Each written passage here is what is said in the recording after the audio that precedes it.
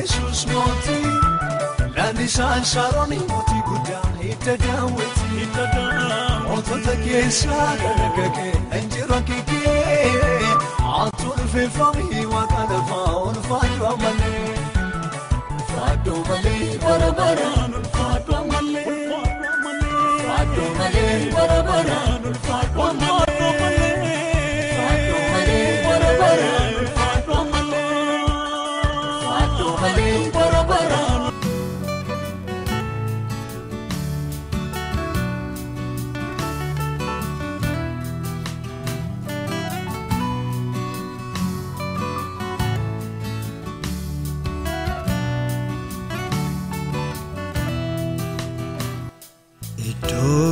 Ulfinatti salphature maalo Iddoo kabajaatti kanaure Iddoo kuufanitti beelaure maalo Iddoo fayyanitti maafdure Akka ijoolleeni kan mancaa'ee amalee arrasi baay'eetu jiru akka bartuu Yihudaa utuu deemu Yesuus duukaa dinaaf garaa hiruu maadaa foonitti fayyanii ija fuuraatti jaamanii daandiirraa badaniiru barruusaarraa kuufanii gaarummaa saasutu arganii garuu gananiiru.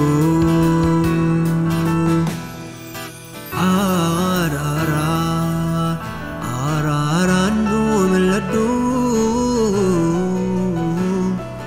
qoricha agartuu keenya fayyisuun laadhu.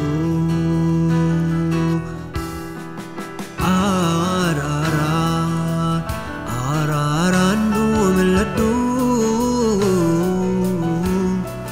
hafuura kee isa qalbii keenya fayyisuun laadhu.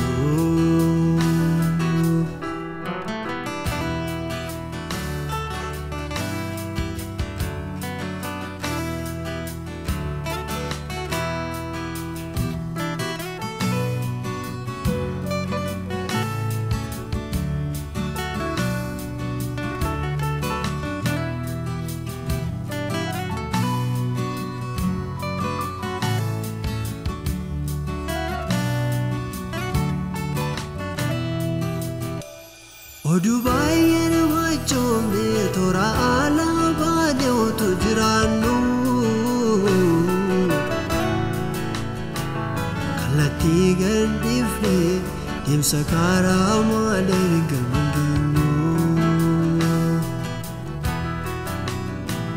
miira keenya sooruudhaaf waca hiikaa hin qabne utuu wajnu Waaqayyoon isin barru ulfina isaas arguu hin dandeenyu. Oduu baay'ee nama joomne toora alaa baanee utuu jiraannu kallattii gadhiifne deemsa karaa malee hin galmangeenyu. Miira keenya sooruudhaaf waca hiikaa hin qabne utuu wajnu Waaqayyoon isin barru ulfina isaas arguu hin dandeenyu.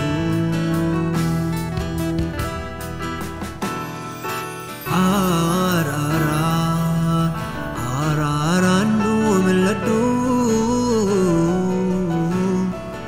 qoricha agartuu keenya fayyisuun laadhu.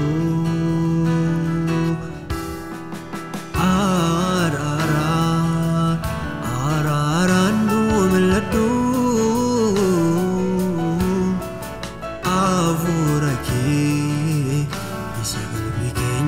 fayyisuun laatu.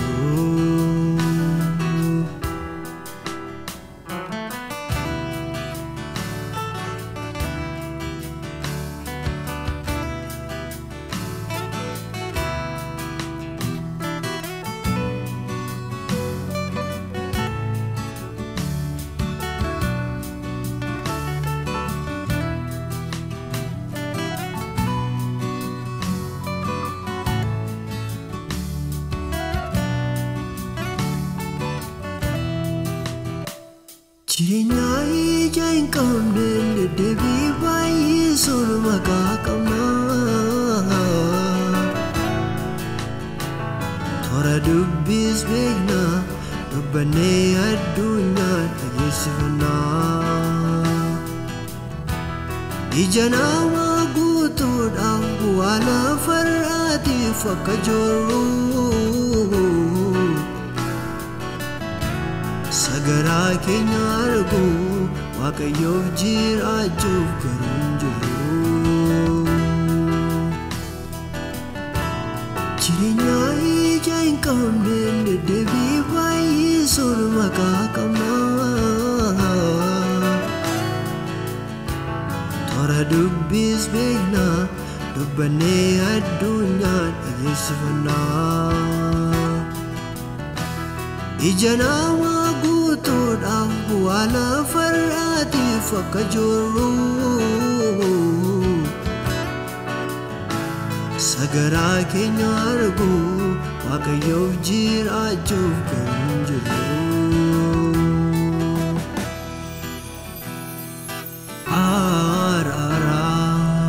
Araaraan nu mil'adhu.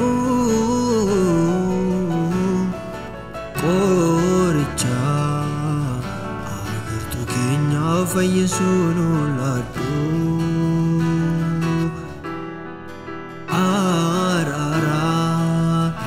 Araaraan nu mil'adhu. Hafuura kee isa qalbii keenya fayyisuun laatu.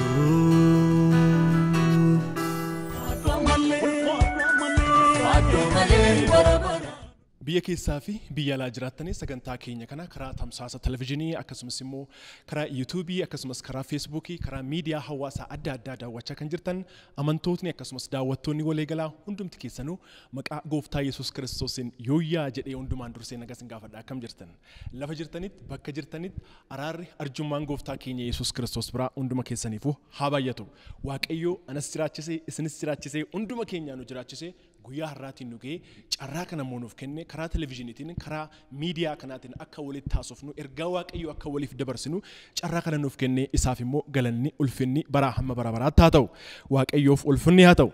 Addunyaa guutuu irratti gaa wanti dhaga'amaa jiru wanta gaarii miti. Addunyaan sodaa keessa jirti, addunyaan dhiphina keessa jirti, addunyaan rakkina keessa jirti. Waggaa 2000 har'aa akkaatuma kanaan amantootni sababa fannifamuu, sababa du'uu, sababa awwaalamuu Gooftaa keenya Yesuus Kiristoosii wal qabatee sodaatanii balbala cufatanii mana keessa taa'aa turan. Sababa du'uu, sababa fannifamuu, sababa awwaalamuu isaatiin sodaatanii balbala cufatanii taa'aa turan. Garuu immoo waan nama gammachiisu oduu gammachiisaa sagalee misiraachuu ergasii immoo dhageenya gaa. Wangeela Maatiyos boqonnaa 28 lakkoofsa 10 irratti maal jedha? Gooftaan Yesuus amantoota sodaatanii balbala cufatanii taa'an sanaan akkuma du'aa ka'een ergaan inni isaanitti dubbate hin sodaatinaa kan jedhe ture. Haleluuyaa. Isaan sodaataniiru, isaan balbala cufataniiru, isaan naaniiru, dhiphina guddaa keessa jiru akkuma du'aa ka'een garuu ergaan inni itti dubbate hin sodaatinaa kan jedhe ture. Wangeela Maatiyos boqonnaa 28 lakkoofsa 10 irratti kan argina. Har'a nuti bakka jirrutti bakka adda addaatti haala koronaatiin wal qabatee sodaadhaan of eeggannaadhaaf mana keenyatti Waaqayyoon kadhachaa jirra. Mana keenyatti wal jajjabeessaa jirra. Sagalee Waaqayyoo walitti dubbachaa jirra. Karaa miidiyaatiin ergaa waliif dabarsaa jirra. Sababa koronaatiin wal qabatee baay'een sodaataniiru, baay'een dhiphina keessa jiru, baay'een manatti qabamaniiru. Garuu immoo Waaqayyo arrayyuu Gooftaan Yesuus arrayyuu akkasiin jedha abbaa kiyya. Akkasiin jedha haadha kiyya. Hin sodaatin siin jedha. Arrayyuu anaan, arrayyuu siin, arrayyuu nuun ergaan gooftaa keenya Yesuus Kiristoos hin sodaatin kan jedhudha. Gooftaan har'ayyuu kanuma nuun jedha. Hin sodaatinaa. Ani addunyaa kana mo'adheera nuun jedha. Maqaan Waaqayyoo ulfaatu. Kanaafuu hin sodaatin abbaa kiyya, hin sodaatin haadha kiyya, hin sodaatin obboleessi kiyya, hin sodaatin obboleettii kiyya. Kun hundumtuu hin darba. Hin sodaatinaa sagaleen jedhu kun kitaaba qulqulluu keenya keessatti yeroo 365 barreeffameera. Waggaa tokko keessatti immoo guyyoota 365tu jiru. Kana jechuun immoo ergaan Waaqayyoo siif qabu, ergaan gooftaan siif qabu guyyaa guyyaadhaan hin sodaatin kan jedhudha. Hin sodaatin siin jedha. Guyyaa guyyaadhaan Waaqayyo kana sitti dubbata. Haalli addunyaa oduun mirgaaf bitaadhaan dhaga'amu kan nama sodaachisu ta'us Waaqayyo garuu hin sodaatina nuun jedha. Hin sodaatin siin jedha. Yesuus Kiristoos inni jiraataadha. Rakkinni kun kan yerooti. This is temporary crisis. Rakkina yerooti in darba. Kana duras ta'eera. Waggaa 100, waggaa 60, waggaa 50 ta'eera. Darbeera. Ammas ta'eera hin darba. Garuu rakkinni darbu kun maqaa gooftaa Yesuusin si fudhatee hin darbu. Si fudhatee hin darbu ati sagalee abdii qabda. Darbitee jiraatta. Hin sodaatin. Obsaaf of eeggannaadhaan dabarsi malee sodaa tokko iyyuu hin qabaatin. Hin dhiphatin. Yesuus moo'eera. Maqaan Waaqayyoo haa ulfaatu. Guyyaa har'aa sagalee Waaqayyoo keessaa tokkoffaa Xiimotewos boqonnaa 4 lakkoofsa 11 hamma 12 kan jiru irratti sagalee Waaqayyoo waliin qooddanna. Ergaa Phaawulos gara Xiimotewos isa jalqabaa boqonnaa 4 lakkoofsa 11 hamma 12 irra kan jiru jalqaba dubbisee isa irratti immoo sagalee Waaqayyoo waliin barannaa waliin qooddanna. Akkas jedha maqaa gooftaa Yesuus inni dubbisa. Kana hundumaa jedha isaan abboomi, isaan ajajii jedha, isaan barsiisisii jedha. Dubbii afaan keessaa bahuun akka jireenyaatiin jaalalaan amantiidhaan of qabuudhaanis fakkeenya ta'ii jedha. Namni tokkollee ijoollummaa keetiif si hin tuffatinii jedha. Mata dureen barumsa kiyyaa sagalee Waaqayyoo kan irratti haasa'u fakkeenya ta'ii kan jedhudha. Fakkeenya ta'ii. Be an example. Misaalee hun fakkeenya ta'ii sagalee Waaqayyoo kan irratti immoo dubbadha. Egaa kutaa kana keessatti ergamaan Phaawulos ilma isaa hafuuraa kan ta'e Xiimotewos jajjabeessa. Jireenyaaf tajaajila isaatti akka cimuuf gorsa kennaafii jira jechuudha. Hin jajjabeessaa jira jechuudha. Kakaasaa jira jechuudha. Har'a immoo ergaan kun dargaggootaaf, gaggeessitootaaf, amantoota hundumaaf ergaadha. Fakkeenya ta'a nuun jedha Waaqayyo. Dargaggoota fakkeenya ta'a, gaggeessitoota fakkeenya ta'a, amantoota addunyaa fakkeenyummaa dhabdee kana keessatti fakkeenya ta'a sagalee Waaqayyo jedhee nutti dubbata. Qabxiileen 5 lakkoofsa 12 irratti dubbisne yookaan ibsaman suni yaada ijoo ergaa kana of keessatti qabatu. Yaada ijoo key verse yookaan immoo yaada ijoo luqqisii yookaan immoo lakkoofsa qabudha jechuudha. Egaa asirratti ergamaan yoo Xiimotewos ilma isaa hafuuraatiif barreessu maal jedha? Fakkeenya ta'uudhaan isaan abboomii jedha. Fakkeenya ta'uudhaan ajajii jedha. Fakkeenya ta'uudhaan namoota hoggantu gaggeessitu sana barsiisii jedhee ergaa isaa asirratti immoo yoo dabarsu gorsa isaa asirratti yoo dabarsu arginaa jechuudha.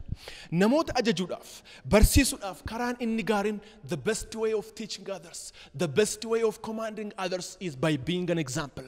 Namoota fakkeenya taatu malee ajajuun karaa agarsiisuun barsiisuun hin danda'amu. Golden rule yookaan immoo warqaammaa higg kan gooftaan keenya Yesuus Kiristoos kennes Maatiyos boqonnaa 7 lakkoofsa 12 irratti kan ibsamee jirus kanuma jedha. Waanuma namoonni akka isiniif godhaniif jaallattan isinis akkasuma isaaniif godhaa jedhe gooftaan Yesuus. Kanaafuu dursanii fakkeenya ta'uun baay'ee barbaachisaadha. Isa kana immoo gara gaggeessummaatti yoo finnu barri gaggeessaan kana godhi, sana godhi, do this, do that. Barri sun jaarraa 21ffaa keessatti darbeera. Bakka hin qabu. Gaggeessaan dhiibbaa fiduudhaaf, gaggeessuudhaaf fakkeenyummaa gaarii qabaachuu qaba. Kana godhi, sana godhi jechuurra kana goonu, kana hojjedhu jechuurra kana hojjennu jedhee fakkeenyummaa gaariidhaan gaggeessuun immoo irraa eegama jechuudha. Maaliif waa'ee gaggeessummaa kaastee yoonaan jettan Waaqayyo hunduma keenya kennaa adda addaa, kennaa giiftii adda addaa nuuf kennee gara lafaa nuuf fide. Gaggeessaa, maneej godhaa, addunyaa kana liid godhaa jedhee kennaa adda addaa nuuf kenne. Kennaan na bira hin jirre si bira jira. Kennaan si bira hin jirre na bira jira. Kanaaf hundumti keenya addunyaa kana gaggeessuudhaaf uumamne jechuudha. Warri gaggeessummaa yookaan leadership philosophers yeroo dubbatan waa'ee leadership waa'ee sadiin defined ta'a jedhu leadershipin. Tokkoffaan leadership is about influence jedhu. Dhiibbaa fiduudha jedhu leadership jechuun. Lammaffaan immoo leadership is about change jedhu. Gaggeessummaan jijjiirama fiduudha jedhu. Sadaffaa irratti immoo leadership is about bring value. Change and then value jedhu. Kanaafuu influence and then change and then value. Value add gochuudha. Adding value jedhanii wanta sadan kanaan define godhu. Kanaafuu obboleessa kiyya dhagaye. Dargaggeessa amantaa kamiyyuu keessa kan jirtu dhagaye. Jireenya kee keessatti dhiibbaa fiduudhaaf, tajaajila kee keessatti dhiibbaa fiduudhaaf wanti sadiin kun murteessaadha. Dhiibbaa uumuu, jijjiirama uumuu, dhalootaaf eebba ta'uu kana hundumaa keessatti garuu fakkeenyummaa gaariin qabdu taanaan dhiibbaa fiduu hin dandeessu. Fakkeenyummaa gaariin qabdu taanaan jijjiirama fiduu hin dandeessu. Fakkeenyummaa gaarii hin qabdu taanaan value add gochuu hin dandeessu. No exemplary life, no influence, no change, no value kan jedhamuufis kanumaaf. Har'a immoo gara biyya keenyaatti haala addunyaa haala Afrikaan keessa jirutti immoo yoo deebinu haalli bara ammaa kun immoo haalli dhalootni ammaa keessa jiru kun immoo haalli addunyaan keessa jirtu immoo dammaquu akka qabnu kan agarsiisudha. Karaa adda addaatiin dammaquu akka qabnu sagalee Waaqayyoo nutti dubbata. Addunyaa guutuu irratti waraanatu baay'ate, wal loluutu baay'ate, wal ajjeesuutu baay'ate, wal qoqooduutu baay'ate, wal buqqaasuutu baay'ate, wal mancaasuutu baay'ate. Miidiyaa hawaasaarra yoo seentan wal abaaruutu baay'ate, wal arrabsuutu baay'ate, arrabsootu guute. Waldaa kiristaanaa keessa yoo seentan, amantaa adda addaa keessa yoo deemtan, gara mootummaas yoo deemtan, hannatu baay'ate, saamichatu baay'ate, kiraa sassaabummaatu baay'ate. Gara waldaa kiristaanaa baay'ee bara ammaa kana yoo seentan immoo hanni maqaa Waaqayyootiin godhamaa jira baay'ee kan nama gaddisiisu. Bishaan gurgurachaa, zayitii gurgurachaa, dhaloota mancaasaa jiru. Sagalee Waaqayyoo irra dhaloonni kufeera. Wanti kun waldaa kiristaanaa keessatti baay'atee jira. Hiyyeessatu cunqurfamaa jira. Xuraa'ummaatu baay'ate, daldalatu baay'ate. Xuraa'ummaan immoo xuraa'ummaa darbe kun amma sodoomummaan dhufee dur biyyoota Awurooppaa, biyyoota Ameerikaa, biyyoota Western nation warra jennu bira ture warri sodoomummaa kun kan jiran. Arra garuu sodoomummaan kun gara biyya keenya seeneera. Erga seenee bubbuleera. Dhiiratu dhiira waliin ciisa. Dhiiratu dhiira fuudha. Dhalaatu dhalaa wajjin ciisa. Dhalaatu dhalaatti heerumaa jira. Biyya keenya keessatti kun ta'aa jira. Dhiyeenya kana meebii karaa miidiyaatiin akka dhaggeeffattanitti magaalaa Finfinnee qofatti gabaasa hospitaala 3 irraa dhufeen ji'a 2 keessatti qofa ijoolleen 101 ijoolleen umriin isaanii 15 achii gadi ijoolleen umriin isaanii baay'ee xixiqqoo humna kan hin qabne of eeggachuu kan dandeenye ijoolleen 101 ji'a 2 keessatti magaalaa Finfinnee keessatti gabaasa hospitaala 3 qofaarraa dhufeen hin gudeedaman jedha. Baay'ee waan nama gaddisiisu. Ijoolleen durbaa gudeedamanii jedha. Waan si dhibu ijoollee 101 keessaa ijoolleen 57% 50 ol ijoollee dhiiraati. Shocking news. Ijoollee dhiiraati. Dur kan dhaga'amu durbatu gudeedamee dhagaa guddanne. Amma garuu dhiiratu gudeedamee wanti jedhamu kun erga dhaga'amuu jalqabee bubbullee jirra. Maayinni kun jennaani sodoomummaadha. Gibra sodoomaawiyaan homosexuals kan jennu kun biyya keenya seenee dhaloota mancaasaa jira. Dhalootatu gudeedamaa jira. Ijoolleetu gudeedamaa jiru. Dhalootatu mancaa jira. Kanaafuu dammaquu akka qabnu. Sodoomummaan kun biyya keenya seenee dhaloota baay'ee mancaasaa akka jiru. Waldaan kiristaanaa dhaga'uu qabdi. Mootummaan dhaga'uu qaba. Amantaan kan biraas dhaga'uu qaba. Hawaasni dhaga'uu qaba. Adaanuutu hin jirru hojjedhe jaldeessi mastaa'utu ilaallatee jedhan yoo kana dhageessu hin jirru dammaquu qabna. Ergaan Waaqayyoo kana nuun jedha. Waaqayyoo kun har'a karaa sagalee isaatiin dammaqaa nuun jedha. Fakkeenya ta'a jireenya keessaniin dhaloota kana gaggeessaa nuun jedha. Dr. ምህረት Dabbaba saayikaatiristiidha. Yeroo baay'ee barsiisa kennu miidiyaa irratti barsiisa isaan irratti guyyaa tokko akkas jedhan.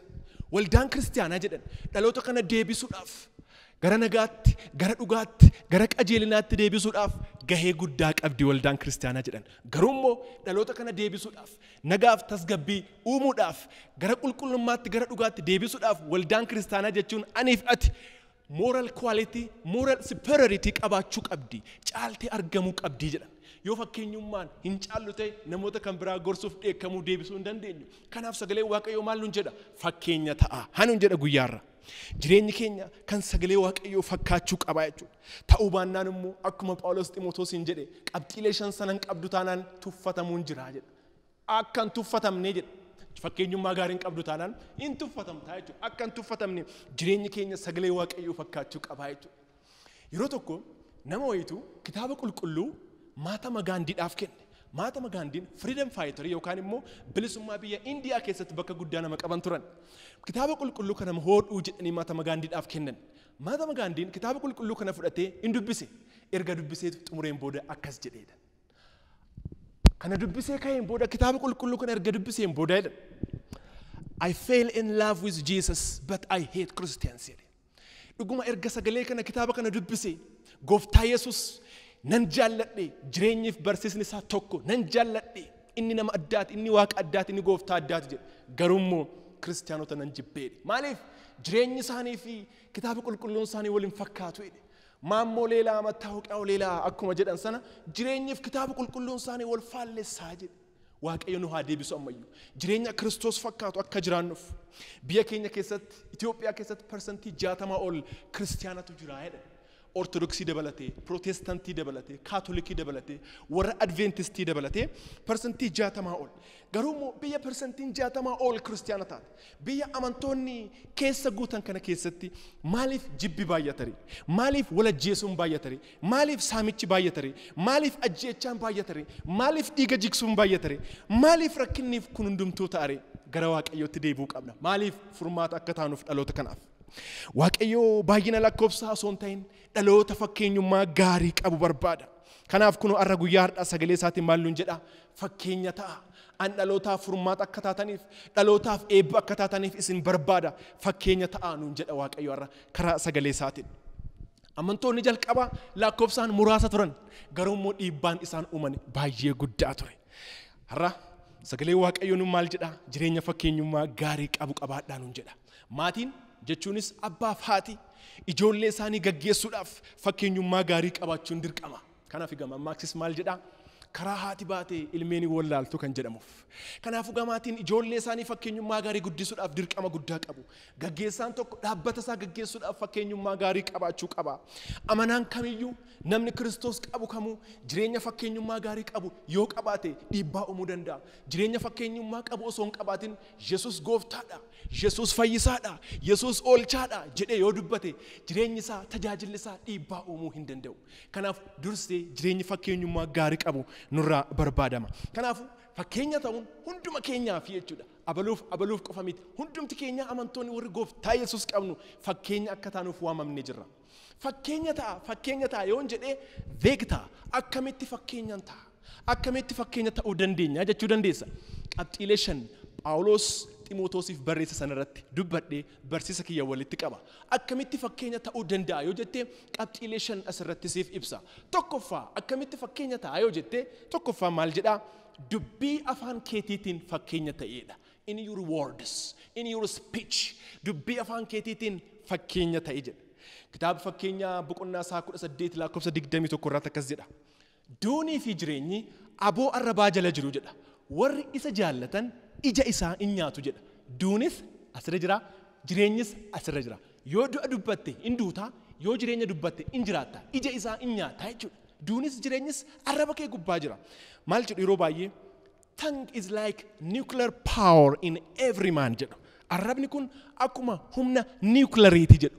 Nucleariin yoo haalaan itti fayyadamne ibsaa maddisiisaa sound systemii kana sochoosaa energy namaaf kenna. Nucleariin jechuudha. Yoo haala gaariin wisely itti fayyadamne.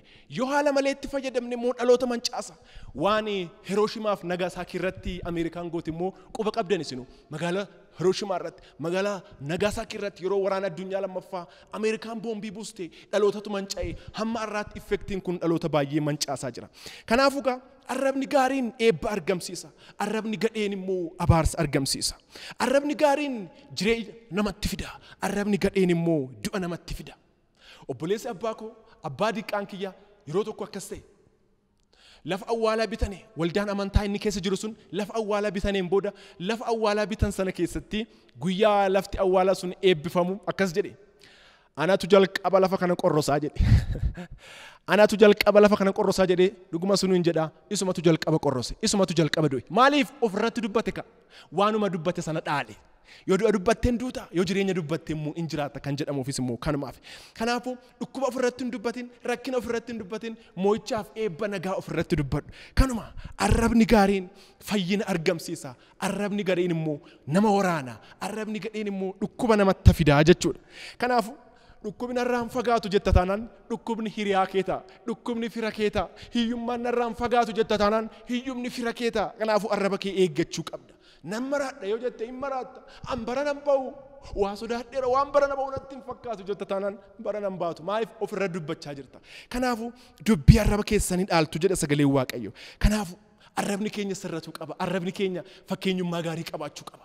Addunyaa kanarratti dhukkuba kamiyyuu caalaa meeshaa waraanaa kamiyyuu caalaa dhaloota baay'ee kan mancaase arraba.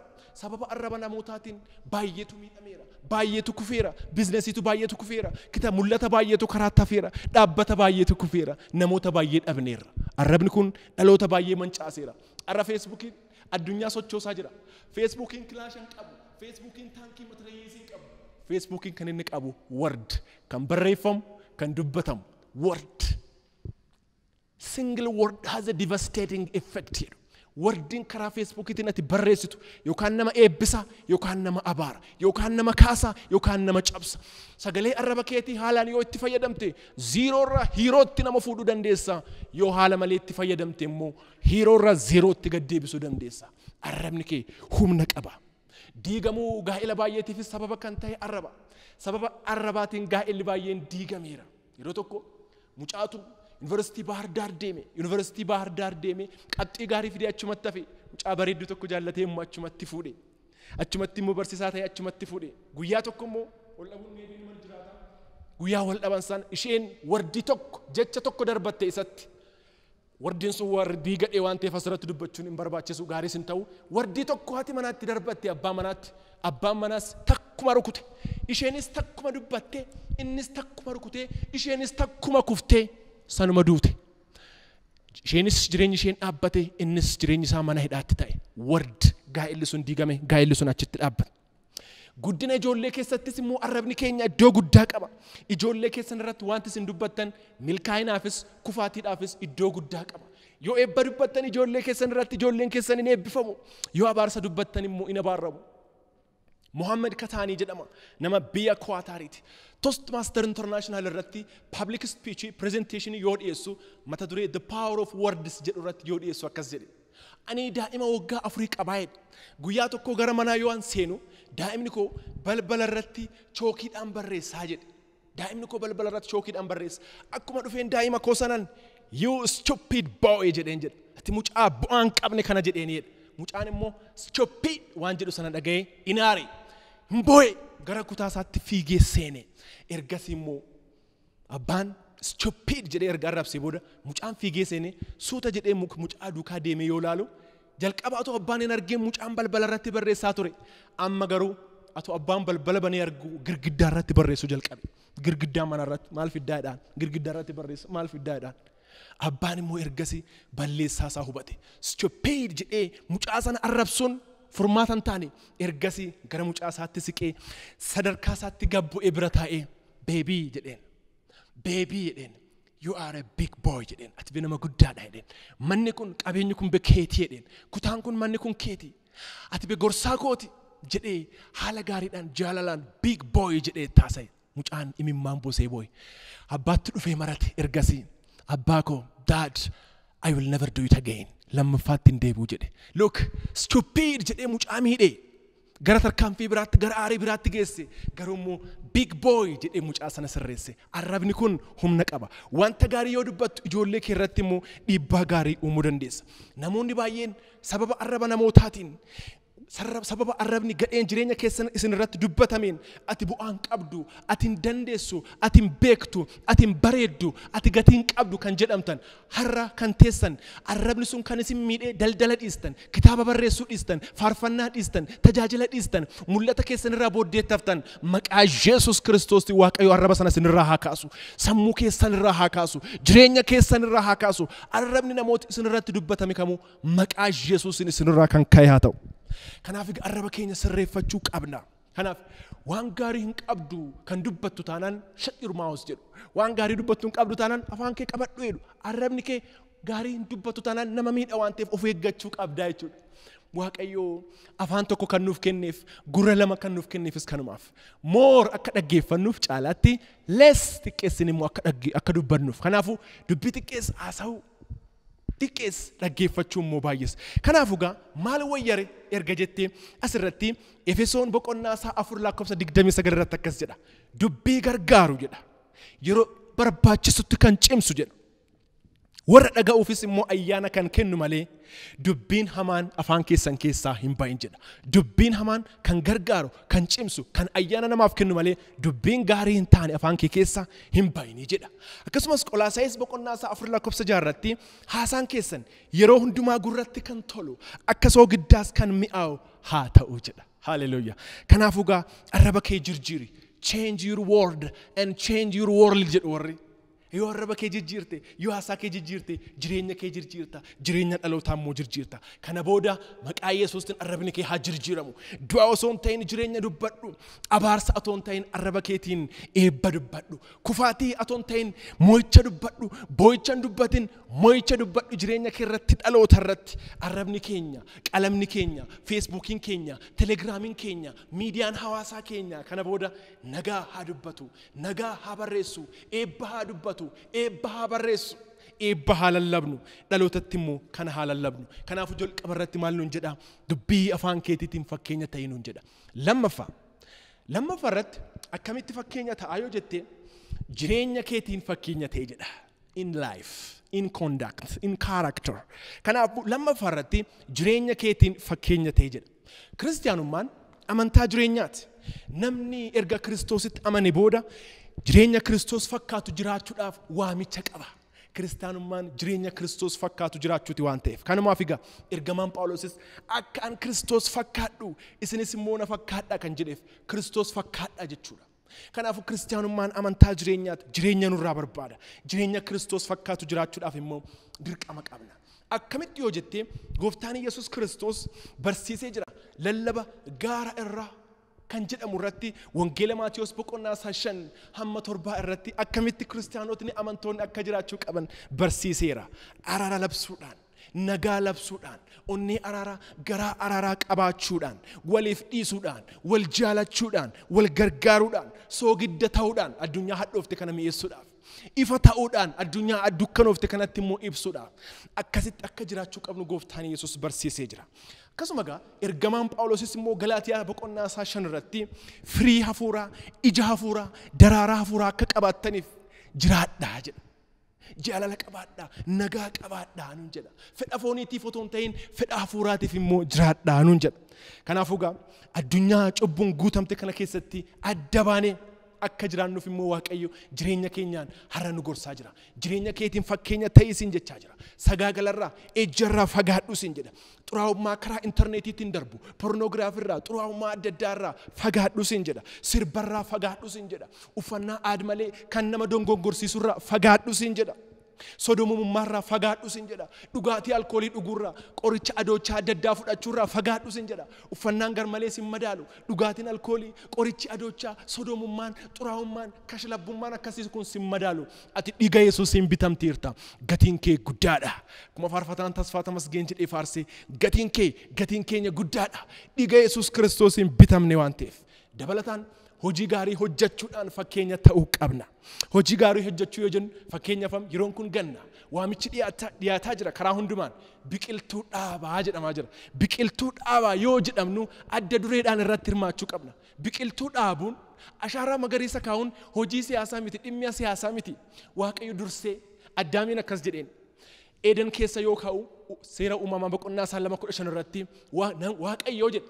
Namicha fuudhee Eden keessa kaa'e akka hojjetuuf, akka eeguuf, akka bareechuuf jedha. Kanaafuu eeguun, bareechuun, biqiltuu dhaabuun kunuunsuun dirqama siif kennameedha. Kaayyoo ati itti uumamteedha. Dhimma siyaasaa miti kun, dhimma ati itti uumamteedha. Kanaafuu kana keessatti adda duree ta'uu qabna. Dhiiga haadholii da'umsa irratti miidhamaniif kennaa. Namoota balaan irra dhaqqabe akka gargaaruuf dhiiga keessan gumaachaa yoo jedhan adda dureedhaan immoo irratti hirmaachuu qabna. Hojii tola ooltummaa adda addaa irratti hirmaadhaa yoo jedhan, wal gargaaraa, wal nyaachisaa yoo jedhan kanaaf dirqama qabna. Kana irratti immoo jireenya keenyaan fakkeenya taanee argamuu qabna. Kana hundumaa keessatti immoo Waaqayyo ayyaana isaatiin nu haa gargaaru. Ameen. Waaqayyo ayyaana isaatiin nu haa gargaaru. Qabxiin inni sadaffaan immoo jaalalaan fakkeenya ta'e jedha. Jaalalaan fakkeenya ta'e. Jaalalaan akkamitti fakkeenya ta'a? Jaalalli hundee, the foundation, core of Christianity. Kanaaf jaalalli hundee amantii kiristaanaati. Akkamitti yoo jette Waaqayyo abbaan waan nu jaalateef ilma isaa nuuf kenne. Waaqayyo ilmi Gooftaan Yesuus Kiristoos waan nu jaalateef fannoo irratti nuuf du'e.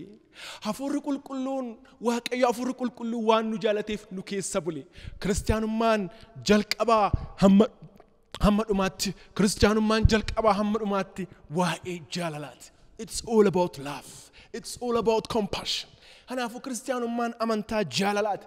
Jaalalaan Gooftaan Yesuus addunyaa kana kan mo'ate. Malee taankii hiriirsee miti. Qawwee qabatee yookaan matiriyyeessee yookaan misaayilii qabatee miti. Jaalalaan addunyaa kana mo'ate Gooftaan Yesuus Kiristoos. Kiristaanummaan amantaa jaalalaati. Ergamni wangeelaa inni guddaan the great commission kan jedhamu sunis yoo kennamu gara saba hundumaatti deemaa yoo jedhamnu kun jaalala mul'isa. Deemuudhaaf immoo dursitee saba sana jaallachuu qabda. There is no mission without compassion kan jedhamuuf kanumaaf deemuudhaaf jaalalli si barbaachisa. Kanaaf egaa jaalalli kennaa hundumaa caaludha jedha tokkoffaa Qorontos boqonnaa 13 irratti. Kennaa hundumaa caalu. Jaalalli kennaa hafuura qulqulluutiif karaa bana. Kennaaf dandeettisiif kennameef karaa bana. Kennaa waaqayyo barbaadda taanaan jaalala hordof, jaalala duukaa bu'i. Kennaan hafuura qulqulluu siif baay'ata. Ayyaanni waaqayyoo siif baay'ata. Jaalala malee kennaa hafuura qulqulluutiif kadhatta taanaan daldaltuu taata. Zayitiif soogidda gurguruu jalqabda. Maqaa waaqayyootiin daldaluu jalqabda. Hiyyeessa cunqursuu jalqabda. Yoo jaalala hin qabaatin dursii jaalala barbaad. Dursii jaalala duukaa bu'i. Ergas immoo ayyaanni waaqayyoo siif baay'ata. Atis immoo dhalootaaf eebba taata. Addunyaan har'a keessa jirru kun jaalala dhabdee jirti. Rakkinni addunyaa kana mancaasaa jiru addunyaan har'aa kan dhabde wanti guddaan jaalala. Siyaasni keenya kan dhabe, amantoonni kan dhaban, waldaan kiristaanaa kan dhabde, wanti hundumtuu kan caccabeef, wanti hundumtuu kan miidhameef, rakkinni fi gidiraan kan baay'ateef, rakkinni guddaan kan jiru jaalalatu dhibe. Jaalalli dhibnaa wanti baay'ee wal duukaa bada. Kanaafuu gaa rakkina keenya baay'eedhaaf bees kan jennu jaalala dhabuu keenya. Nuti hin hubanne malee rakkina keenyaaf immoo qorichis immoo jaalala. Rakkina keenya baay'eedhaaf siyaasni keenya akka fayyuuf, tokkummaan amantootaa, tokkummaan waldaa kiristaanaa, tokkummaan keenya akka deebi'uuf jaalalli qoricha guddaadha. Namni jaalala qabu jedha sagalee waaqayyo. Inni waaqayyo beekaadha. Maaliif waaqayyo jaalala waan ta'eefidha. Kanaafuu obboleessa koo, kanaafuu abbaa kiyya, kanaafuu haadha kiyya, kanaafuu ati obboleetti kiyya jaalala qabaadhu. Waaqayyoon beeka yoo jette jaalala qabaachuu qabda. Jaalalli waaqayyo beekuu keetiif immoo proof akkatti gootee agarsiistudha jechuudha. Kanaafuu ofii kee akka jaallattu nama fakkaattii waaqayyootti uumame kan si bira jiru, kan ollaa kee jiru jaallachuudhaaf immoo dirqama qabda. Jaalladhu. Jaalalli kee eenyummaadhaan ol haa ta'u. Eenyummaaf sabaan akka hin daangeffamne, naannoo fi godinaan akka hin daangeffamne, aadaa fi amantaan akka hin daangeffamne, saba abaluuti, amantaa abaluuti, nama abaluuti, aadaan isaa akkasi, eenyummaan isaa akkas jettee nama sabaan eenyummaan aadaaf amantaan adda hin baasin. Jaalalli kana hundumaarra darbee nama fakkaattii waaqayyootti uumame jaalata. Kanaafuu waaqayyo jireenya jaalalaatiin fakkeenya akka taanu barbaada. Waaqayyo jireenya jaalalaa akkasiitiin haa eebbisu. Siyaa eebbisu. Hunduma keenyaa waaqayyo jireenya akkasiitiin immoo nu haa eebbisu. Qabxiinni afuraffaan immoo akkamitti fakkeenya taanaa yoo jettee amantiidhaan fakkeenya ta'iisin jedha. Amantii keetiin fakkeenya ta'e. In faith. Amantii keetiin fakkeenya ta'edha. Ergamaan Phaawulos ilma isaa hafuuraa Xiimotewos yeroo gorsu amantiif hubannaa gaarii qabaadhu jedha. Amantii keetiin fakkeenya ta'ii jedhan. Amantii keetiif fakkeenya ta'ii jedhan. Namni Waaqaa waan ija fooniitiin argu, waan gurra foonii qofaan dhaga'u qofaan miti kan jiraatu, waan gurra hafuuraatiin dhaga'uu fi waan ija hafuuraatiin arguun jiraata malee, amantiidhaan jiraata malee. Haleluuyaa. Lammaffaa Qorontos boqonnaa 5 lakkoofsa 7 irratti akkas jedha. Nuti amantiidhaan jiraanna malee jedha Phaawulos, waan hundumaa ijaan arguudhaan hin jiraannu jedha. Kanumaaf Gooftaan Yesuus Kiristoosis wangeela Yohaannis boqonnaa 14 lakkoofsa 1 hamma 6 yoo dubbistan garaan keessan hin raafamin jedha. Because wanti arginu, wanti dhageenyu nama raasa. Garaan keessan hin raafamin, hin dhiphatin jedha. Waaqayyotti amanaa. Anatti amanaa jedha Gooftaan. Kanaafuu amantiin keenya kan ta'uu qabu Waaqayyo irratti, Gooftaa Yesuus Kiristoos irratti amantiin keenya kan ta'uu qabu. Bara amma kanatti, bara amma keessa jirru kanatti wanti garaa nama raasu baay'eedha. TV yoo laaltan, miidiyaa adda addaa yoo laaltan, social media yoo laaltan wanti gaariin hin jiru. Du'a, ajjeechaadha, mancaasuudha, rakkina, gidiraadha, dhiphina. Wanti laallu namatti hin tolu. Wanti arginu, wanti dhageenyu nama hin gammachiisu. Mirgaaf bitaarra, duraaf duubarra wanti arginu hundumtuu namatti hin tolu. Yeroo akkasii sagalee Waaqayyoo maalluun jedha beektu? Fix your eyes on Jesus jedha. Ija keessan Yesuus irra kaa'adhaa nuun jedha. Ija keessan, amantii keessan ila teessan Yesuus irra godhadhaa hanuun jedha. Amantiin keessan Yesuus Kiristoos irratti haa ta'u jedha. Kanaaf egaa sagalee Waaqayyoo amantii keetiin fakkeenya ta'e jedha. Hin raafamin, hin daaqin jedha. Wanti darbu kun si fudhatee hin darbu maqaa Yesuusin. Maaliif? Yesuus moo'eera ka. Akkuma Magarsaan Baqqalaa jedhee faarse. Yesuus moo'eera. Haleluuyaa. Kanaafuu amantiin kee Yesuus kanarratti haa ta'u. Ka du'a moo'ee ka irratti haa ta'u. Ka lammaffaa deebi'ee dhufu irratti haa ta'u. Ati abdii qabda. Hin baddu. Hin jiraatta. Haleluuyaa. Kanaaf egaa kan sitti dukkana'ee jiru gara Yesuus kootu. Inni ifa siif ta'a. Kan abdii kutattee jirtu gara Yesuus kootu. Inni abdii siif haaressa. Kaba'aan cubbuu sitti ulfaateeru gara Yesuus kootu.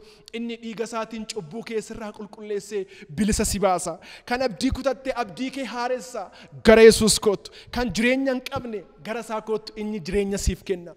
Jireenya sanuu kan bara baraa tola siif kenna. Harka isaa bal'isee jaalalaan si waamaa jira. Obboleessa koo, obboleettii koo, abbaa kiyya, haadha kiyya, Yesuus jaalalaan si waamaa jira. Boqonnaa siif kennuudhaaf, nagaa siif kennuudhaaf, si fayyisuudhaaf, jireenya siif kennuudhaaf harka isaa bal'isee si waamaa jira. Guyyaan araaraa otoo hin dhaabatin, guyyaan araaraa otoo hin cufamin gara koo koottos hin jedha. Before it is too late, decide now. Come to Jesus. Gara Gooftaa Yesuus kootu atoo yeroon araaraa hin cufamin.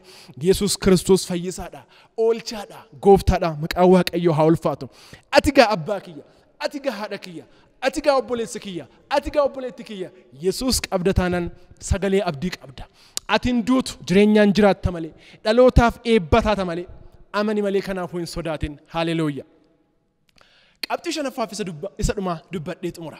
Qabxii shanaffaaf isa dhumaa. Qabxiin inni shanaffaan akkamitti fakkeenya ta'a yoo jettee sagalee Waaqayyoo kana keessatti kutaa amma ilaalaa jirru irratti kan ibsamee jiru qulqullummaadhaan of qabuudhaan fakkeenya ta'e in purity, in holiness, be an example for others. Kanaafuu Waaqayyoo fakkeenya ta'a nuun jedha. Jireenya qulqullummaatti akka jiraannuuf waamamnee jirra, ajajamnee jirra. Jireenya qulqullummaatti akka jiraannuuf maaliif jennaan kitaabii qulqulluun kakuu moofaattis kakuu haaraattis qulqullaa'uu akka qabnu nutti dubbata. Ani qulqulluudha waanan ta'eef jedha Waaqayyo. Kakuu moofaattis kakuu haaraattis ani qulqulluudha waanan ta'eef isinis qulqullaa'aa nuun jedha. Seera Lewwotaa boqonnaa isaa 20 lakkoofsa 26 yoo dubbifatte, lammaffaa Qorontos boqonnaa isaa 6:17 yoo dubbifatte, tokkoffaa Phexros boqonnaa isaa 1 lakkoofsa 14-16 kan biraas yoo dubbifatte, ani qulqulluudha isinis qulqulluu ta'aa nuun jedha. In both testaments, in the Old Testament, in the New Testament. Kanaafuu the major theme qulqullummaan kitaaba qulqulluu keessatti tiimii isa guddaadha. Akka qulqullummaatti jiraannu, cubburra adda baanee akka jiraannu, jireenya Kiristoos fakkaatu akka jiraannuuf ajajamnee jirra, waamamnee jirra. Qulqullummaan waraqaa eenyummaa keenya kan ittiin beekamnudha. Identity card keenya jechuudha. Kanaaf egaa Waaqayyoo wal arguudhaaf qulqullummaan barbaachisaadha. Maaliif namni qulqullummaa hin qabne Waaqayyoo wal arguu hin danda'u waan ta'eef. Jaalala Gooftaadhaaf qabnu ibsuudhaaf sin jaalladha jennee faarsuu qofa miti, jiraachuun immoo barbaachisaadha. Maaliif yoo na jaallattan abboommii koo, ajaja kiyya, seerota kiyya eeggadhaa nuun jedheera waan ta'eef. Kanaafuu qulqullaa'uudhaan jaalala Gooftaadhaaf qabdu ibsita. Dhalootaaf eebba ta'uu yoo barbaadde akka Abrahaam adda bahe, Abrahaamis hin bahe, Waaqayyo bahi jennaan adda bahe. Atis yoo adda baate, atis hin eebbifamta, dhalooti kee hin eebbifama, ijoollee kee hin eebbifamu, sanyiin kee hin eebbifama. Akkasumas immoo fakkeenyummaa gaarii qabaachuudhaaf qulqullaa'i adda bahi. Maaliif yoo qulqulloofte fakkeenyummaa gaarii qabda, dhiibbaa uumuu dandeessa. Gooliyaadiif Daawit yoo fudhatte, Daawit seenaa gaarii qaba. Sababa Daawit seenaa gaarii qaburraa kan ka'e namni baay'een Daawit jedhee maqaa moggaasa. Daawit. Konferaansa tokko irratti yeroo tokko leenjiidhaaf asoo barsiisaa jiru, mee namoonni maqaan keessan Daawit jedhee harka keessan ol kaasaa jedhee gaafannaan namni 17 harka kaase. Daawit maqaa jedhu kan qaban namoota 17 sagantaa tokko irratti. Mee namni maqaan Gooliyaad harka baasaa jennaan namni tokkoyyuu hin turre. Maaliif Gooliyaad seenaan isaa gaarii hin turre. Daawit seenaan isaa gaarii ture. Yoo ati waan gaarii har'a hojjette, qulqullummaadhaan dhalootaaf fakkeenya yoo taate, maqaan kees in jaallatama, seenaan kees in jaallatama. Kanaafuu maqaa kee dhaabuudhaaf living legacy kaa'uudhaaf jireenya qulqullummaa qabu jiraachuu qabdaa jechuudha. Jireenya qulqullummaa gaarii qabu jiraachuu qabdaa jechuudha. Kanaaf egaa namni har'a maqaa Daliilaa hin baafatu, namni har'a maqaa Yihuudaa hin baafatu. Maaliif seenaan isaanii gaarii miti waan ta'eef. Kanaafuu qulqullummaadhaan fakkeenyummaa gaariidhaan jiraachuu akka qabnu sagalee Waaqayyoo dubbata. Waaqeffannaa fudhatamu qabu qabaachuudhaaf kadhannaan kee akkasiif dhagamu gara fuula Waaqayyootti yoo dhiyaattu adda bahuun sirraa eegama jechuudha. Akkasumas immoo mootummaa Waaqayyootiif of qopheessuudhaaf adda bahuun barbaachisaadha. Yoo adda baate, yoo qulqulloofte, yoo Kiristoos fakkaachuudhaan jiraatte jireenyi bara baraa si eeggata. Jireenya bara baraatti seenuudhaaf immoo of qopheesse. Kana hundumaaf immoo addunyaa dukkanaa keessatti adda bahii jiraadhu.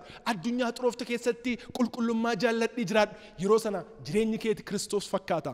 Jireenyi keeti Kiristoos lallaba. Namni si keessatti Kiristoos argaa. Si arganii gara waldaa kiristaanaa dhufu. Si arganii gara Kiristoos dhufu. Namatti quba qaburra gara kee deebi'i. Ammaalan fakkaadha jedhi sagalee Waaqayyootiin of laali, of madaali. Yoo sana Waaqayyo dhalootaaf eebba si godha. Dhalootaaf furmaata si godha. Maqaan Waaqayyoo haa ulfaatu. Kanaafuu fira kiyya, kanaafuu abbaa kiyya, kanaafuu haadha kiyya. Ergaa kiyya gabaabsee gara xumuraatti immoo yoo deemu bara dhalootni wal makaa ta'e kanatti ati garuu Waaqayyoof adda bahi. Eenyummaa adda bahi qabaadhu. Eenyummaa laman qabaatin eenyummaa tokko qabaadhu. Holiness is walking the talk, doing the talk, and living the talk jedhu. Waanuma dubbattetti, waanuma faarfattetti, waanuma raajjet sanatti immoo jiraadhu. Kanaafuu two personality, avoid two personality. Akkuma Kiristoos eenyummaa tokko qabaadhu. Nama tokko ta'e waldaa kiristaanaatti nama biraa alatti nama biraan ta'in Gooftaan Yesuus jireenyaaf tajaajila isaatiin dhiibbaa kan fideef inni guddaan inni tokko ture. Jireenyaaf tajaajilli isaa tokko ture. Kanaafuu Gooftaa Yesuus akka fakkaannuuf immoo Waaqayyo guyyaa irraa sagalee isaatiin nutti dubbata. Tajaajila keetiin umrii dheerachuu yoo barbaadde adda bahi. Holiness is a precondition for longevity in your ministry. Jireenya keetiin, tajaajila keetiin dhiibbaa uumuudhaaf, umrii dheerachuudhaaf Waaqayyoof adda bahuun immoo barbaachisaadha. Kanaafuu waan Waaqayyo jaallatu jaalladhu, waan Waaqayyo jibbu immoo jibbi. Kanaga qulqullummaan waan Waaqayyo jaallatu jaallachuudha. Xuraa'ummaa jibbi, qulqullummaa jaalladhu. Waan gaarii jaalladhu, waan xuraa'aa ta'e immoo jibbi. Cubbuudhaan cubbuudha jedhi. Qulqullummaadhaan immoo qulqullummaadha jedhi faarsi, raaji, lallabi, barsiisi. Kanarras immoo irtiin jiraadhuuti dhalootaaf immoo fakkeenya ta'e. Cubbuun harka caaluun yoo deeggarame iyyuu qulqullummaa ta'uu hin danda'u. Cubbuun harka caaluun yoo filatame akka majority vote jedhan sanaan harka caaluun yoo deeggarame iyyuu qulqullummaa ta'uu hin danda'u. Biyyoota lixaa keessatti Awurooppaa, Ameerikaa, Awustiraaliyaa, Ooshiiniyaa biyyoota addunyaa adda addaa keessatti gaggeessitoonni waldaa kiristaanaa walitti deebi'anii kiristaanummaan isaanii yoo dulloomu argaa walitti deebi'anii sodoomummaan homosexualitiin gibira sodoom kan jennu kun dhiira fuudhuun dhalaan dhalaatti heerumuun ni danda'ama haa fudhannu kan jettan harka baasaa jedhanii sagalee caalmaadhaan waldaa kiristaanaatti fudhatan hundaatoon ta'in muraasni isaanii amma du'aa jiru warri sun waldaan isaanii cufamaa jira. Maaliif sagalee Waaqayyoo irraa karaarraa goran waan ta'eef gara sagalee Waaqayyootti deebi'aa nuun jedha sagalee Waaqayyoo har'a. Luther Faas bara isaaniitti waggaa 500 kan jechaa jiran kanuma kan jechaa turan kanuma nuus har'a kan jechaa jirru jaarraa 21ffaatti gara Waaqayyoo haa deebinu gara sagalee isa dhugaa haa deebinuudha jechuudha. Sagalee caalmaadhaan cubbuu gara qulqullummaatti fiduu hin dandeessu. Cubbuun cubbuudha, qulqullummaadha. Sagalee Waaqayyoo yoomiyyuu hin jirjiramu. Yamlaakee ቃል አያረጅም የኢየሱስ ቃል አያረጅም ዘላለም ይኖራል እጃበራ ከሚያምኑት ጋራ ሀጀዳ ፋርፋና ማሪፋ ባያን ጃለደቱ ከናፉ ሰገሌ Waaqayyoo hin dulloomu hin jirjiramu sodomummaan kitaaba qulqulluu keessatti kakuu moofattis kakuu haaraattis cubbuudha jedheera. Sagalee Waaqayyoo kanatti dubbanne warra hafuura sanaan qabaman sagalee Waaqayyoo timne abidda sana keessaa bunnee baasuu qabna. Malee xuraa'ummaa kana deeggaruu hin qabnu. Kiristoos barsiisuu qabna, lallabuu qabna, dhaloota kanatti immoo garsiisuu qabna. Har'ammoo barsiisni sobaa adda addaa waldaa kiristaanaa keessa seenaa jira. Maal jedhaa? Ati hafuuraan takka fayyitee jirta. Lubbuun kee fayyitee jirti. Foon keetiin akka fedha keetii jiraachuu dandeessaa jedhu. Barsiisa sobaati. Barsiisni kun yoo dhageessan egaa foon gammachiisa. Hafuura garuu gaddisiisa. Foon keenya hin gammadaa. Maaliif? Cubbuudhaaf karaa banaaf waan ta'eef Waaqayyoo garuu nutti gadda. Sagalee Waaqayyoo akkas hin jedhu. Sagalee Waaqayyoo lubbuun kee fayyiteerti. Foon keetiin akka fedha keetii jiraadhu hin jedhu. Barsiisa dogoggora akkasii kun yuunivarsiitii keessa waldaa kiristaanaa keessa biyya keenya keessa biyya alaarraa imported ta'ee seenee dhaloota sochoosaa jira. Dammaqi obboleessa kiyya. Dammaqi barsiisni akkasii kun bara dhumaatti akka ta'uuf jiru Gooftaan Yesuus dursee dubbatee jira. Ergamaan Phaawulos barreessee jira. Barsiisa sobaa akkasirraa of eeggadhu. Foon keenyas kan Gooftaati. Sigaam lageetaa ነው jedha sagalee Waaqayyoo. Foon kees Waaqayyoof Gooftaadhaaf. Kan fayyiteef akka cubbuu hojjettuuf osoo hin ta'in jireenya fakkeenyummaa gaarii qabuun Kiristoos fakkaataa Kiristoos fakkaachaa Kiristoos duukaa bu'aa akka jiraattuufidha. Sagalee Waaqayyoo hin jijjiiramne, sagalee Waaqayyoo hin jijjiiramu. Cubbuun yoomiyyuu cubbuudha. Irraa fagaachuudha. Dhiiga Yesuusin of qulqulleessuudha. Jireenya Kiristoos fakkaatu jiraachuudha. Kanaafuu dubbii afaan keetiitiin eebbaaf nagaa moo'icha dubbachuudhaan fakkeenya ta'e tokkoffaa. Jireenya keetiin ifaaf soogidda ta'uudhaan fakkeenya ta'e lammaffaa. Jaalalaan jiraachuudhaan fakkeenya ta'e sadaffaa. Amantii keetiin Gooftaa Yesuus irratti ija kee godhachuudhaan amantii kee isarra kaa'achuudhaan fakkeenya ta'e afuraffaa. Isa dhumaaf immoo shanaffaan qulqullummaadhaan Yesuus fakkaachuudhaan isa duukaa bu'uudhaan fakkeenya ta'e. Waaqayyo kana hundumaa keessatti si haa gargaaru. Siif kadhadhaa maqaa Yesuus Kiristoosin Waaqayyo namni ergaa kana karaa televizyinii kanaan dhagaye, karaa YouTubetiin, karaa miidiyaa hawaasaa adda addaatiin dhagaye, guyyaa har'aatii jalqabee jireenyi isaa haa jijjiiramu. Jireenyi isaa transformed haa ta'u. Jireenya fakkeenyummaa gaarii qabuun akka jiraatu maqaa Yesuusin ayyaanni kee isaaf haa baay'atu. Wanti booddeetti isa harkisu, wanti gara addunyaatti isa dhiibu, wanti xuraa'ummaatti isa dhiibu, hafuurri hamaan, hafuurri dukkanaa maqaa Yesuusin haa rukutamu. Karaa koronaatiin, karaa adda addaatiin obboleessa koo miidhuudhaaf, abbaa koo miidhuudhaaf, haadha koo miidhuudhaaf, obboleettii koo miidhuudhaaf kan hojjetu hafuurri dukkana maqaa Yesuusin haa rukutamu. Wanti darbu kun, rakkinni darbu kun maqaa Yesuusin si fudhatee hin darbu. Ameen jedhee fudhadhu maqaa Yesuusin si fudhatee hin darbu. Ati darbitee jiraatta, dhalootaaf fakkeenya taata, dhaaltuu mootummaa Waaqayyoos taata. Inni jennee kadhanne kun maqaa Yesuus Kiristoosin siif haa ta'u. Maqaa Kiristoos Yesuusin siif haa ta'u. Dhumarratti immoo waan asin jedhee fixuu barbaadu koronaan kunis ni darba. Abbaa haadha obboleessi kiyya obboleettii kiyya koronaan hin darba. It is temporary crisis. Hin darba. Yeroo muraasaan booda ni darba. Hin dhiphatin, of hin dhiphisin, of hin cinqin. Waaqa kadhachaa, ogeessota dhaggeeffachaa, gorsa isaanii immoo hojiirra oolchaa dabarsi malee hin dhiphatin. Harka kee saamunaan, harka kee bishaaniin sanitaayizariin qulqulleessi. Ergasii gara Waaqayyootti ol diriirsi nama haari jedhiin, na gargaari jedhiin. Harka koo na qabi jedhiin Waaqayyo immoo si dabarsa.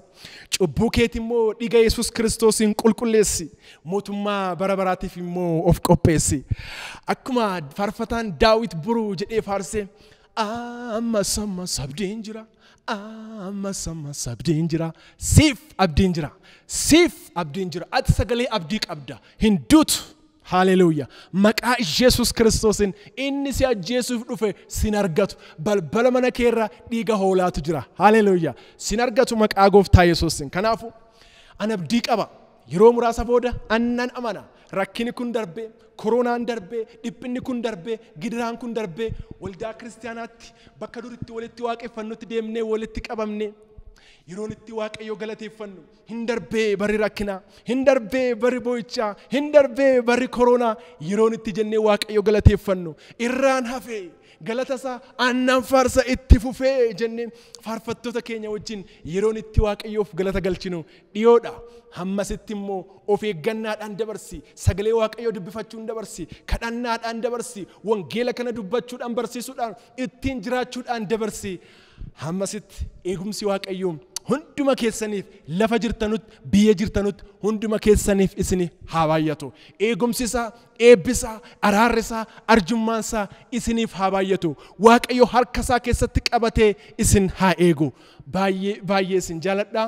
Galatoomaa ulfaadhaa. Fayyaa ta'a. Horaa bulaa deebanaa.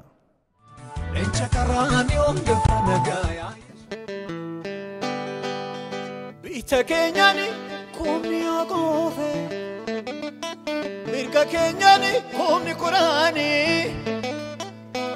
bubbee jabaan morse onofe inna keenya malee oni mormaani amantiidhaani dhaabanne laalla warra moosana dachaadhaan caala kan durarra caala.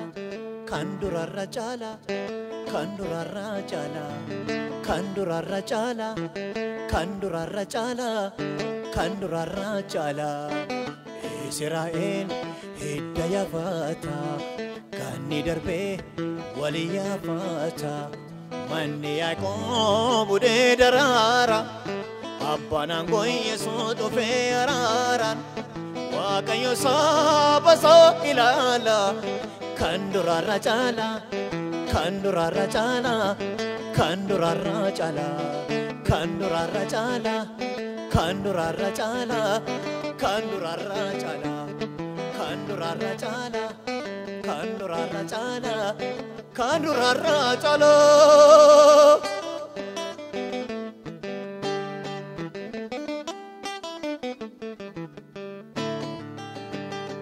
Bita kenyani kumni yakuve, mirga kenyani kumni kurani, gubbe jabani horse onove, inna kenya male oni mormani, amantirani nabane lallo, warra muansana dacharan challo, kandurarra chala, kandurarra chala. Kandurarra chala, kandurarra chala, kandurarra chala, kandurarra chala. Israel hidaya bata, ganni darbe waliya bata. Israel hidaya bata, horro darbe waliya bata. Israel hidaya bata, iben darbe waliya fata manni Yaaqoob hudee daraara abbaan aangoo Yesuus dhufee araara Waaqayyo saba isaa ilaala kandurarra chala kandurarra chala kandurarra chala kandurarra chala kandurarra chala kandurarra chala.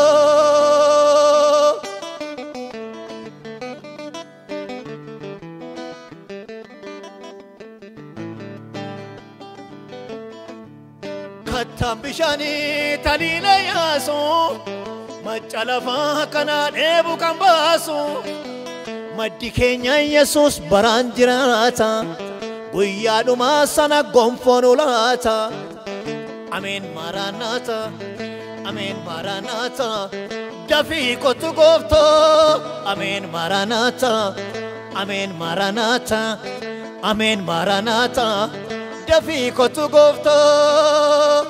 Israel hidaya fata roron darbe waliya fata Israel hidaya fata ganni darbe waliya fata manni Yaaqoob hudee daraara abbaan aangoo Yesuus dhufee araaran Waaqayyo saba isaa ilaala kandurarra chala kandurarra chala kandurarra chala.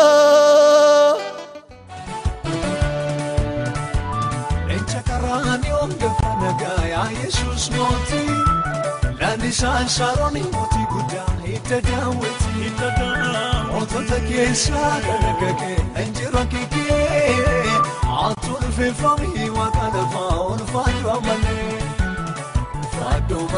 barabara fatu amale Fatu male, bara bara, fatu male.